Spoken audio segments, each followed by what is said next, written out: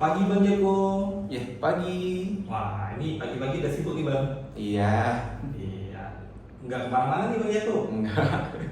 Oh iya Bang Joko, mau nanya nih Bang Joko ya. Hmm, Saya ini kan habis jalan-jalan Bang Joko. Jadi saya lihat ternyata banyak juga nih bangunan-bangunan ya yang dibangun ternyata melebihi dari batas tanah dia nih Bang Joko.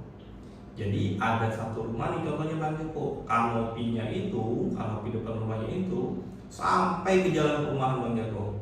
Nah ini kira-kira nih, apakah bangunan yang melebihi dari batas tanahnya ini diperbolehkan nih Bang Joko?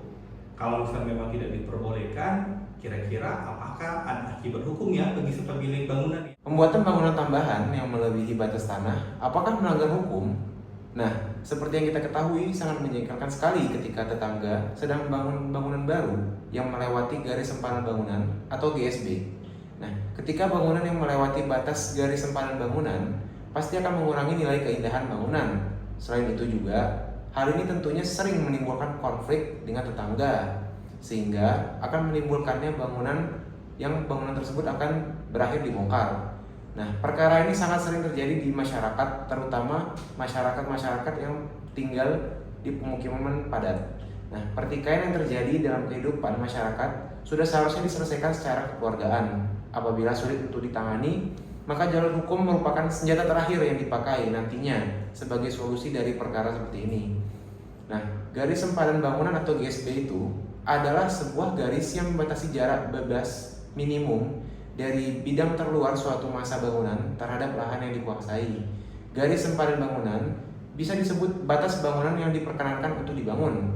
Patokan atau batasan yang dipakai untuk mengukur garis sempadan bangunan ialah jalan, tepi sungai, tepi pantai, jalan kereta api dan atau jaringan tegangan tinggi.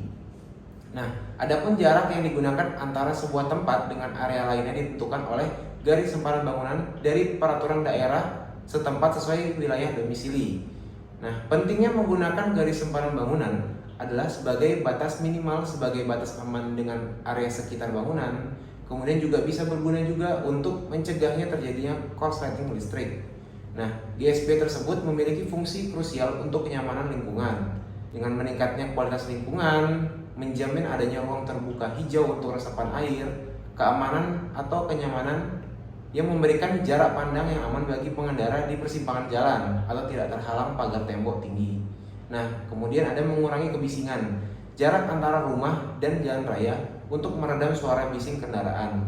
Nah, garis sempadan bangunan ini diatur secara nasional atau melalui Undang-Undang Nomor 28 Tahun 2002 tentang bangunan gedung dan aturan turunannya, yaitu Peraturan Pemerintah Nomor 16 Tahun 2021 yang menetapkan batas jarak minimum bangunan dari sisi terluar jalan. Oh berarti ada peraturan ini ya Bang Joko ya. Betul. Tapi kalau memang terjadi nih Bang Joko, kira-kira atas bangunan yang melebihi dari garis batasnya itu apakah ada akibat hukum atau sanksi ya bagi si pemilik bangunan? Bagaimana sanksinya? Membangun tembok permanen atau memperluas bangunan hingga memakan area GSB. Dalam hal ini pemerintah memiliki aturan hukum yang tegas sebagaimana diatur dalam Undang-Undang Nomor 28 Tahun 2002 di pasal 45, yaitu jika terbukti melanggar, pemilik rumah dapat dikenakan sanksi bertingkat berupa yang pertama yaitu peringatan tertulis, kedua pembatasan kegiatan pembangunan, yang ketiga yaitu penghentian sementara atau tetap pada pekerjaan konstruksi. Kemudian ada pembekuan dan pencabutan IMB atau PBG persetujuan bangunan gedung, hingga pembekuan dan pencabutan sertifikat layak fungsi bangunan, hingga perintah pembongkaran bangunan gedung. Nah, dari pasal tersebut dapat dijelaskan bahwa setiap bangunan harus memiliki persyaratan berupa jarak bebas bangunannya, yaitu GSB. Dalam hal sanksi pidana, sebagaimana diatur dalam pasal 502 Undang-Undang Nomor 1 Tahun 2023 yang mengatur tindak pidana penyerobotan tanah dan bangunan bagi pelaku yang menduduki, menyewakan, atau menjual tanah atau rumah milik orang lain tanpa hak, termasuk tanah negara, dengan maksud untuk menguntungkan diri sendiri. Nah, tindakan ini meliputi penguasaan fisik secara sewenang-wenang tanpa izin yang berhak, diancam pidana penjara paling lama 5 tahun atau pidana denda 500 juta rupiah. Nah, dalam hal sanksi perdata, hal ini juga dapat digugat atas dasar pasal 1365 KUH Perdata, yaitu tiap perbuatan yang melanggar hukum dan membawa kerugian kepada orang lain mewajibkan orang yang menimbulkan kerugian itu harus kesalahannya untuk menggantikan kerugian tersebut.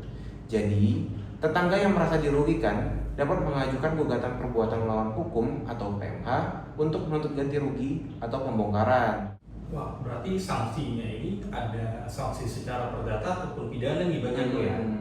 Tapi Bang Jago, kalau misalkan ada masyarakat yang merasa dirugikan, kira-kira nih apa langkah yang dapat masyarakat ambil atau masyarakat lakukan untuk meminta ganti rugi atau untuk menghentikan nih pembangunan atas bangunan yang melebihi dari garis batasnya itu? Langkah-langkah apa yang harus dilakukan? Yang pertama itu cek sertifikat tanah. Pastikan patok batas tanah atau dari BPN untuk memastikan posisi fisik bangunan tersebut. Yang kedua yaitu bicarakan dengan tetangga yang bersangkutan untuk pembongkaran mandiri. Jika mediasi gagal, laporkan ke RT atau RW setempat. Yang terakhir yaitu menempuh jalur hukum dengan cara melaporkan ke pihak kepolisian atas pidana penyerobotan atau menggugat ke pengadilan negeri dalam hal perdata. Nah, kesimpulannya yaitu jangan membuat bangunan tambahan yang menempel atau melewati batas tembok tetangga maupun melanggar aturan GSB setempat, karena kegiatan tersebut merupakan tindak pidana penyerobotan tanah dan dapat juga dikatakan pelanggaran peraturan bangunan yang berakibat timbulnya hukum perdata. Oh, gitu ya Bang Jago ya. Ternyata ada beberapa langkah ya yang dapat kita lakukan ya. Yang pasti mungkin langkah yang pertama kita bisa lapor RT RW dulu ya Bang Jago ya. Untuk secara kekeluargaan. Habis itu kalau memang tidak bisa barulah kita ambil langkah-langkah hukum yang Bang Jago. Ya. Oke, baik deh. Bagus nih informasinya Bang Jago. Mungkin ini yang dapat kita informasikan ya teman-teman ya Bang Jago ya. Kalau bisa jangan membuat bangunan yang melebihi garis batas dari sempadannya ya Bang Jago. Betul. Oke, terima kasih Bang Jago. Sampai jumpa lagi. Iya.